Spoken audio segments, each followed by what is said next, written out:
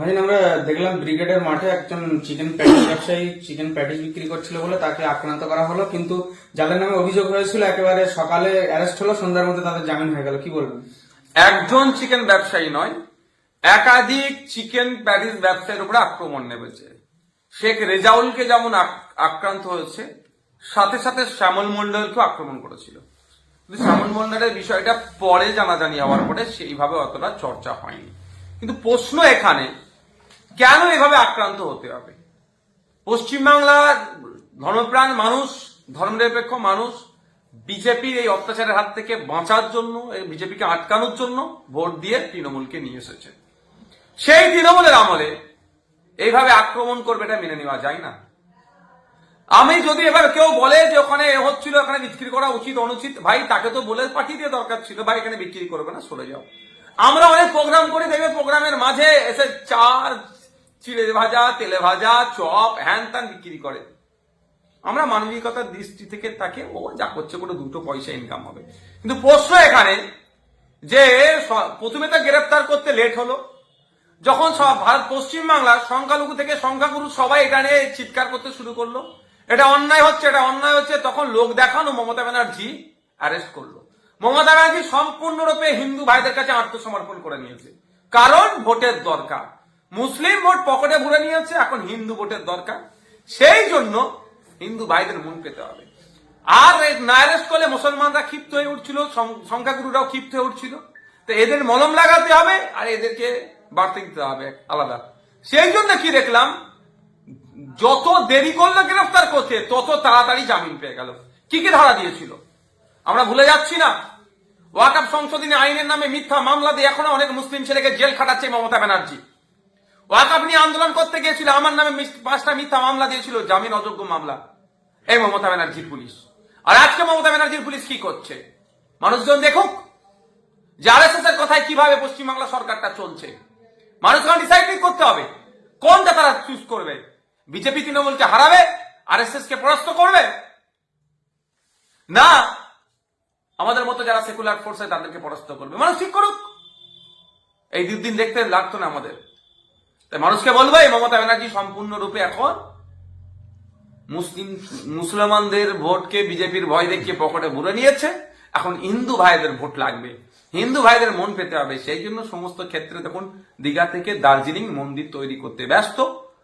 আর এইগুলো যেগুলো মানুষের চিৎকার চাচামিচিতে অ্যারেস্ট হচ্ছে, সকালে অ্যারেস্ট করছে, সন্ধ্যায় জামিন পেয়ে যাচ্ছে। আমরা ভুলে যাচ্ছি না দুর্গাপুর কাণ্ডে সে ছেলেটি যারা ছিল তারাও জামিন পেয়ে গেল, একের পর এক জামিন পেয়ে যাচ্ছে। কি করে পাচ্ছে?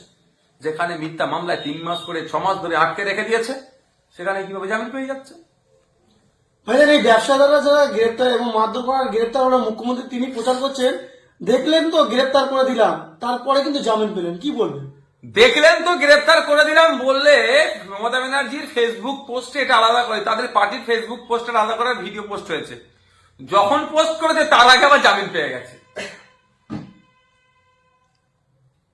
মানে এই দেখলেন তো গ্রেপ্তার করে, এটা বলতে লাগবে কেন? এত টাইম লাগবে কেন?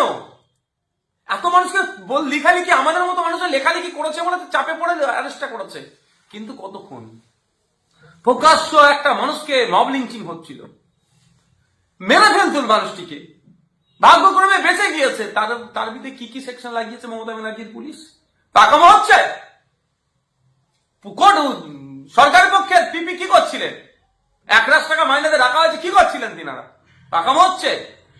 বিজেপির কাছে বার্তা দিল মমতা ব্যানার্জি যে কিছু মনে করো না, পশ্চিমবাংলার সংখ্যালঘু থেকে সংখ্যাগুরু মানুষেরা এটা নিয়ে খারাপ রিয়াক্ট করছে, আর মুসলিম ভোট হাত থেকে বেরিয়ে যেতে পারে, এই একটু ধরছি, সকালে ধরছি, সন্ধ্যায় ছেড়ে দেবো, এই বার্তা দিল। এটাই মুসলমানরা বুঝুক, দলিতরা, আদিবাসীরা বুঝুক, পিছিয়ে বর্গের মানুষরা বুঝুক, সংখ্যাগুরুরা বুঝুক যে পশ্চিমবাংলায় মমতা ব্যানার্জি সরকার চালাচ্ছে না, বিজেপি সরকার চালাচ্ছে, এটা বুঝে নি।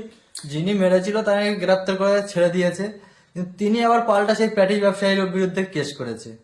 দেখুন, যে কে কার বিরুদ্ধে, এটা তো হচ্ছে। আখলাককে পিটিয়ে মারলো, এখন শুনছি নাকি হার্ট অ্যাটাকে মারা গেছে বলে চালিয়ে দেওয়ার চেষ্টা করছে। এটা তো নতুন কিছু নয়, কিন্তু কথা হচ্ছে ইনভেস্টিগেশন হোক, করুক না, কি আছে। কিন্তু এটা তো অন্যায়ভাবে তাকে গরিব ব্যবসায়ীর আক্রমণ নামিয়ে যাচ্ছে, যাতে আগামী দিনে মারবে, আবার কেউ ভয়ে প্রশাসনের না দ্বারস্থ হতে পারে, এই একটা প্রপাগান্ডা চালাচ্ছে। এত কিছু করতে লাগতো না। পুলিশ কি সুমোটো করেছে?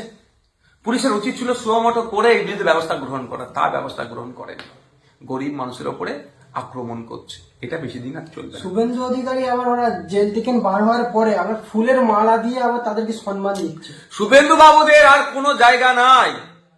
নিরীহ প্যাকেজ ব্যবসায়ীকে আক্রমণ করেছে, তাকে বীরের মতো বরণ করছে।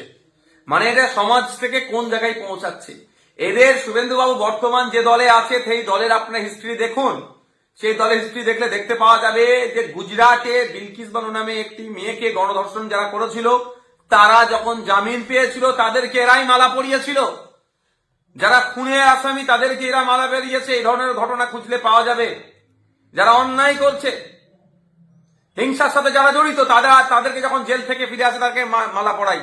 আর এটাও তার ব্যতিক্রমী নয়। তাই বাংলার মানুষ ভাবুক যে বিজেপি বলছে বাংলায় তৃণমূলকে পরাস্ত করার জন্য, তৃণমূলের অন্যায়ের এই অপশাসনের অবসান হওয়ার জন্য বিজেপিকে যারা চুজ করছে তারা দেখুন, তাহলে এদের হাতে সরকার যদি তুলে দেন এরা কি করবে আগামী দিনে।